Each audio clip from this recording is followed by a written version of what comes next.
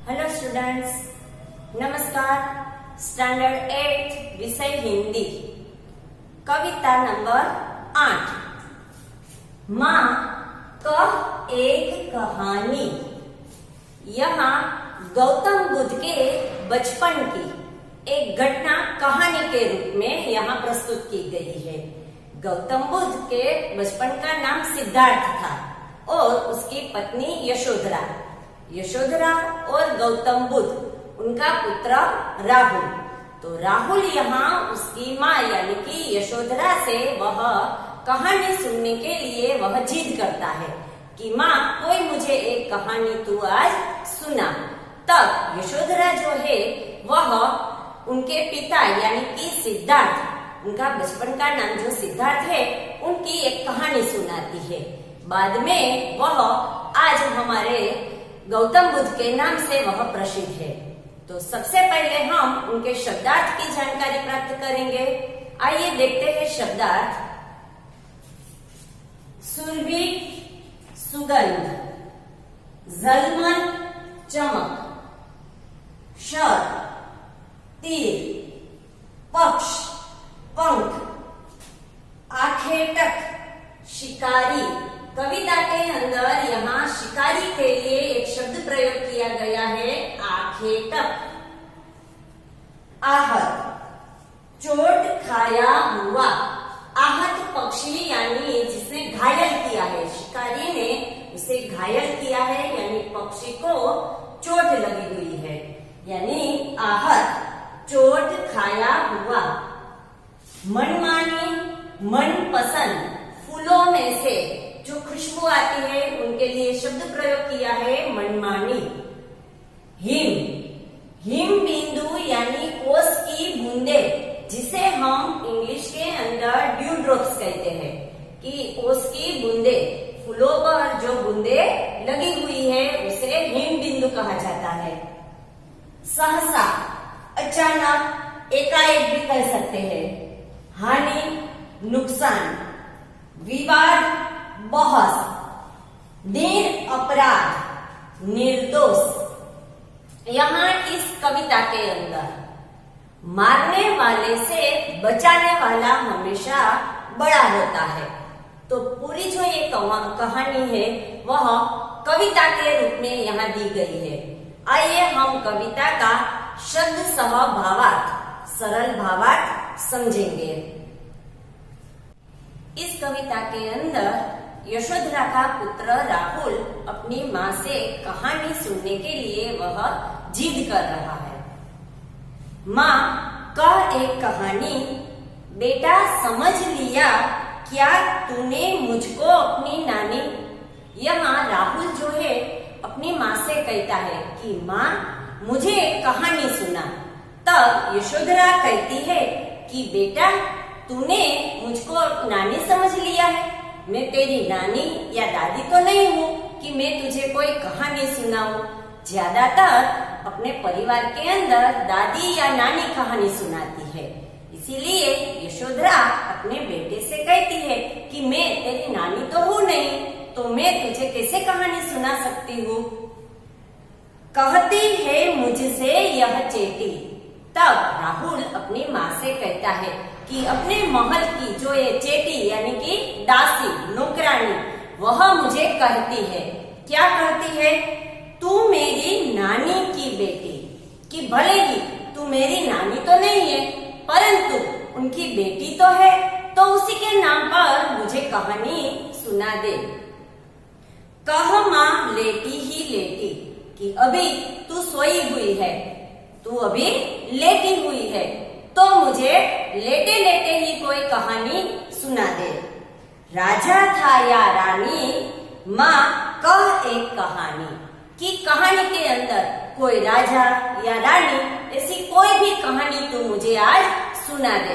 भले ही तू अभी लेटी हुई है परंतु आज मुझे एक कहानी सुननी ही है।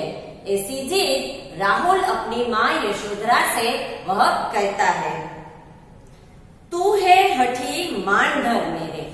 यहाँ राहुल के लिए शब्द प्रयोग किया है मानधर, यानी कि मेरे प्यारे पुत्र, कि तू बड़ा हठी है, यानी कि बड़ा जिद्दी है। सुन उपवन में बड़े सवेरे। तब अब यशोधरा जो है वह उसे कहानी सुनाती है कि तो अब तू कहानी सुन। बड़े सवेरे उपवन के अंदर, उपवन यानी बगीचा, बड़े सवेरे यानी कि हम इंग्लिश के अंदर कहते हैं कि अर्ली मॉर्निंग, कि सुबह सुबह तेरे पिताजी बगीचे के अंदर भ्रमण कर रहे थे। तात भ्रमण करते थे तेरे जहां सुरभि मनमानी। सुरभि यानी कि सुगंध, मनमानी यानी मनपसंद, कि जब तेरे पिताजी बगीचे के अंदर बड़े सवेरे भ्रमण कर रहे थे तब उन फूलों में से अच्छी अच्छी खुशबू आ रही थी, क्योंकि बगीचे के अंदर तरह तरह के फूल खिले हुए थे और उन फूलों में से जब तेरे पिताजी सुबह के समय भ्रमण कर रहे थे तब अच्छी अच्छी सुगंध आ रही थी। तब बीच में फिर से जो राहुल है वह बोलता है, जहां सुरभि मनमानी, हाँ माँ यही कहानी। तो अब मुझे यही कहानी सुना दे कि उन फूलों में से जो अच्छी अच्छी सुगंध आ रही थी, खुशबू आ रही थी, तो उन्हीं के नाम पर मुझे कोई कहानी सुना दे, कि आज मुझे वह कहानी सुननी ही है। अब आगे तब यशोधरा कहती है, वर्ण वर्ण के फूल खिले थे। बगीचे के अंदर वर्ण वर्ण यानी कि तरह तरह के फूल खिले हुए थे। जलमल कर हिम बिंदु जिले थे, यानी कि उन फूलों पर ओस की बूंदे, हिम बिंदु यानी ओस की बूंदे लगी हुई थी। हल्के झोंके हिल मिले थे, लहराता था पानी। अब उपवन के अंदर बड़े सवेरे तेरे पिताजी जब भ्रमण कर रहे थे तब उन फूलों में से अच्छी अच्छी खुशबू आ रही थी, फिर उसकी बूंदे लगी हुई थी और उन फूलों पर उसकी बूंदे जब लगी हुई थी और हवा की लहरें जब आ रही थी तब फूल जो है वह एक दूसरे के साथ टकराते थे और जब हवा के कारण, हवा के झोंकों के कारण फूल एक दूसरे के साथ जब टकरा रहे थे तब उनमें से ठंडा पानी यानी कि अच्छी अच्छी जो लहरें हैं, खुशबू और लहरें, ठंडी लहरें उत्पन्न हो रही थी। लहराता था पानी, हाँ माँ यही कहानी, कि उन फूलों में से उसकी बूंदों के कारण वह ठंडी लहरें उत्पन्न हो रही थी, तो उन्हीं के नाम पर कोई मुझे कहानी तू सुना दे। तब आगे यशोधरा राहुल से वह कहती है, गाते थे खग कलकल स्वर में, कि उपवन के अंदर अब पक्षी भी थे और वह अपने स्वर में वह कुछ गुनगुना रहे थे, कुछ गा रहे थे। सहसा एक हंस ऊपर से गिरा बिध होकर खगशर से। तब अचानक क्या हुआ, ऊपर से एक हंस आकर नीचे गिरा, खग सर से, शर यानी कि बाण, तीर, किसी ने उसे बाण मार दिया था। तो अचानक ऊपर से एक हंस घायल होकर नीचे गिरा। हुई पक्ष की हानि, पक्ष यानी कि पंख, उनको नुकसान हुआ, कि जब तेरे पिताजी बगीचे के अंदर भ्रमण कर रहे थे, फूलों में से अच्छी अच्छी सुगंध आ रही थी और उसमें हिम की बूंदें लगी हुई थी, तब अचानक ऊपर से किसी ने एक हंस को घायल किया और वह हंस तेरे पिताजी के पैरों में आकर गिरा। हुई पक्ष की हानि, और उन जो पक्षी था यानी कि हंस था उसके पक्ष को हानि हुई। कहने का मतलब कि उसके जो पंख थे उसे नुकसान हुआ, क्योंकि उसे बाण लगा हुआ था। हुई पक्ष की हानि, करुणा भरी कहानी, ये कहानी तो करुणा भरी हो गई कि अब तो और भी मुझे आगे कहानी सुननी है। कि ये जो कहानी है ये तो दया हुई पक्ष को, यानी कि जो खग उस ऊपर से गिरा था उसे अब तो दया आ गई थी। अब तो वह क्या हुआ उसके साथ, वो तो घायल हो चुका था। चौंक उन्होंने उसे उठाया। तेरे पिताजी चौंक गए क्योंकि अचानक ऊपर से एक हंस आकर, वो भी घायल किया हुआ, तो किसी ने उसे घायल किया था, तो ऊपर से अचानक तेरे पिताजी के पैरों में आकर वह गिरा। तब तेरे पिताजी चौंक उठे। नया जन्म सा उसने पाया, इतने में आंखें तक आया लक्ष्य सिद्धि का मानी। अब जब ऊपर से घायल हुआ पक्षी नीचे तेरे पिताजी के पैरों में आकर गिरा, तेरे पिताजी चौंक उठे और उसने उसे उठा लिया। जब तेरे पिताजी ने हंस को उठाया तब उस हंस को ऐसा लगा कि उसने नया जन्म पाया हो, क्योंकि तेरे पिताजी ने उसे जो घायल तीर लगा हुआ था तो उस पर मरहम पट्टी की, यानी कि उसकी जान बचाई। तब उस पक्षी को ऐसा लगा कि जैसे कि उसे कोई नया जन्म मिला हो। तब जब तेरे पिताजी ने उसे उठा लिया तब अचानक वह शिकारी यानी कि आखेटक वहां पे आ गया और तेरे पिताजी से वह अपना शिकार मांगने लगा। लक्ष्य सिद्धि का मानी, यानी कि मेरा वह लक्ष्य है, मैंने उसे शिकार अपना निशाना बनाया है, तो वह पक्षी मेरा होना चाहिए। तो वहां आखेटक आ गया और तेरे पिताजी से वह अपना शिकार मांगने लगा। लक्ष्य सिद्धि का मानी कोमल कठिन कहानी, ये तो बिल्कुल कहानी बदल गई, कोमल में से कठिन हो गई। कि अब क्या होगा कि जब वह शिकारी जो है तेरे पिताजी के पास अपना शिकार मांगने के लिए आया तो ये तो कोमल में से कठिन कहानी हो गई। अब क्या होगा, वह पक्षी किसके पास रहेगा, तेरे पिताजी के पास या शिकारी के पास? क्योंकि शिकारी जो है वह अपना शिकार मांगने के लिए तेरे पिताजी से जिद कर रहा था कि वह मेरा लक्ष्य है, कि मैंने उसे निशाना बनाया है तो वह मेरा होना चाहिए। जबकि तेरे पिताजी ने उसकी जान बचाई थी तो वह उन्हें देने से इनकार करते थे कि मैं उसे बचाने वाला हूँ, यानी कि मैंने उसकी जान बचाई है। मांगा उसने आहत पक्षी, शिकारी ने घायल किया हुआ, आहत यानी कि चोट खाया हुआ, घायल किया हुआ पक्षी उसने मांगा।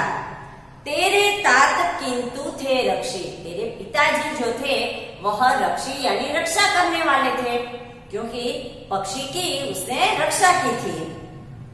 तब उसने जो था खग भक्षी, खग भक्षी यानी कि शिकार करने वाला, पक्षी को मारने वाला यानी कि शिकारी।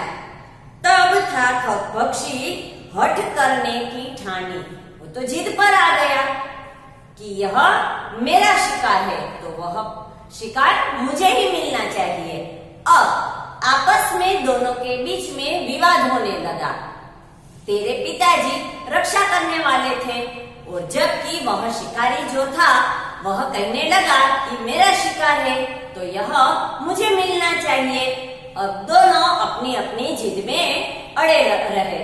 अब क्या होगा आगे, हट करने की ठानी अब बढ़ चली कहानी। ये तो आगे बढ़ी कहानी कि अब क्या होगा कि जबकि तेरे पिताजी रक्षा करने वाले थे और शिकारी जो था वह मारने वाला यानी कि उसे घायल किया हुआ था शिकार, तो अब दोनों अपनी अपनी जीत के लिए अब दोनों अब विवाद करने लगे। हुआ विवाद सदय और निर्दय में। सदय कौन था, यानी कि तेरे पिताजी अच्छे हृदय वाले, और जबकि निर्दय यानी कि शिकारी। अब दोनों के बीच में विवाद यानी कि झगड़ा होने लगा, बहस होने लगी। सदय और निर्दय दोनों के बीच में अब विवाद हुआ। उभय आग्रही थे स्व विषय में। स्व विषय होना यानी अपने अपने विषय में, दोनों उभय आग्रही थे, दोनों सही थे। एक कहता है कि मैंने उसकी जान बचाई है तो वह मेरा होना चाहिए, जबकि शिकारी कहता है कि वह मेरा शिकार, क्योंकि मेरा लक्ष्य था, मैंने उसे मारा है तो वह मेरा होना चाहिए। तो इन दोनों के बीच में इस प्रकार की बहस होने लगी। उभय आग्रही थे स्व विषय में, दोनों सही थे अपने अपने विषय में। गई बात तब न्यायालय में। अब तो ये पूरी बात फैल गई थी, पूरे गांव में चर्चा होने लगी थी। तब यह बात न्यायालय तक पहुंच गई, सुनी सभी ने जानी। जब न्यायालय में ये बात पहुंच गई तब तो ये बात पूरे गांव में फैल गई और सभी लोगों ने ये बात जानी कि एक सदय व्यक्ति और एक निर्दय व्यक्ति दोनों के बीच में झगड़ा हुआ है। एक हंस को लेकर दोनों के बीच में बहस चल रही है। सुनी सभी ने जानी, व्यापक हुई कहानी। ये कहानी तो पूरी तरह से पूरे गांव में फैल गई, ये तो व्यापक हो गई, यानी कि पूरे गांव में ये कहानी फैल गई कि एक सदय व्यक्ति और एक निर्दय व्यक्ति के बीच में झगड़ा होने लगा। एक पक्षी को लेकर इस बात की बहस होने लगी। तब पूरे गांव में सब लोगों ने ये बात जान ली। राहुल तू निर्णय कर इसका, न्याय पक्ष लेता है किसका। तब अब बीच में यशोधरा यहाँ कहानी पूर्ण करके वह अपने बेटे से यानी कि राहुल से कहता है कि अगर तू इसका फैसला सुना सकता है तो तू मुझे अभी उसका फैसला सुना दे कि तू निर्णय कर कि ये किसके पक्ष में ये निर्णय जाना चाहिए, कि तेरे पिताजी के पक्ष में या उन शिकारी के पक्ष में। कि तूने ये पूरी कहानी सुनी है तो तू ही मुझे ये फैसला सुना दे। कह दे निर्भय जय हो जिसका, सुन लूं मैं तेरी बानी। निर्भय होकर यानी बिना डरे कि तू मुझे आज बता दे कि ये किसके पक्ष में फैसला जाना चाहिए, तेरे पिताजी के पक्ष में या शिकारी के पक्ष में। तू मुझे बिना डरे यानी कि निर्भय होकर फैसला सुना दे। मैं आज तेरी बानी सुनना चाहता हूँ, यानी कि मैं तेरी बात सुनना चाहती हूँ कि ये किसके पक्ष में फैसला जाना चाहिए। माँ मेरी क्या बानी, मैं सुन रहा कहानी। मैं तो सिर्फ कहानी सुन रहा था, मैं थोड़ी कोई फैसला करने वाला हूँ। वो तो न्यायालय में से जो फैसला आएगा वही होगा। मैं तो एक छोटा बच्चा हूँ, मैं कैसे फैसला सुना सकता हूँ कि ये किसके पक्ष में फैसला जाएगा, शिकारी के पक्ष में या मेरे पिताजी के पक्ष में। मैं तो कोई ऐसी बात सुनाना नहीं चाहता, मैं तो सिर्फ तेरे से ये कहानी सुनना चाहता था। कोई निरपराध को मारे तो क्यों अन्य उसे न उबारे। निरपराध यानी कि निर्दोष व्यक्ति, कि अगर कोई जिसका कोई दोष ही न उसे मारे तो दूसरा उसे क्यों न उबारे यानी कि बचाए। तब यहाँ राहुल एक फैसला सुनाता है कि अगर कोई जिसका कोई अपराध ही न हो उसे अगर कोई मार दे तो दूसरा उसे अवश्य बचा सकता है, कि उसकी जान बचा सकता है। रक्षक पर भक्षक को वारे। रक्षक यानी रक्षा करने वाला, भक्षक यानी कि मारने वाला। हमेशा मारने वाले से बचाने वाला बड़ा होता है। तो रक्षक कर भक्षक को वारे, न्याय दया का दानी। कि यहाँ न्याय दया का दानी यानी जिसने उसकी रक्षा की उसी के पक्ष में ये फैसला जाना चाहिए। कि जबकि तेरे पिताजी रक्षा करने वाले थे तो उसी के पक्ष में ही ये फैसला जाना चाहिए, जबकि वह जो शिकारी है वह भक्षक यानी कि मारने वाला था। उसने वह जो शिकारी था उसने हंस को घायल किया हुआ था, मारा था, तो वह निर्दय व्यक्ति हुआ, वह मारने वाला हुआ। तो उसके पक्ष में ये फैसला नहीं जाना चाहिए कि तूने यह कहानी अच्छी तरह से सुनी। न्याय दया का दानी, तूने सुनी कहानी कि ये जो कहानी थी तूने अच्छी तरह से सुनी कि न्याय दया का दानी कहने का मतलब कि उसी के पक्ष में ये न्याय जाना चाहिए कि जो उसकी रक्षा करता है। पक्षी की रक्षा करने वाला तेरे पिताजी थे, तो उसी के पक्ष में ये फैसला जाना चाहिए कि तूने ये पूरी अच्छी तरह से कहानी सुनी है कि न्याय दया का दानी यानी कि तेरे पिताजी रक्षा करने वाले थे और यह फैसला उसी के पक्ष में ही जाना चाहिए। तो आप लोगों ने भी ये कहानी जो थी कविता के रूप में वो आप लोगों ने भी सुनी कि ये जो कहानी थी वह उसी के पक्ष में ये निर्णय गया कि जो उसकी रक्षा करने वाला था, जो पक्षी की रक्षा करने वाला था सिद्धार्थ, जो आज हम उसे गौतम बुद्ध के नाम से जानते हैं। तो यहाँ आपने भी ये अच्छी तरह से ये पूरी कविता सुन ली। अस्तु।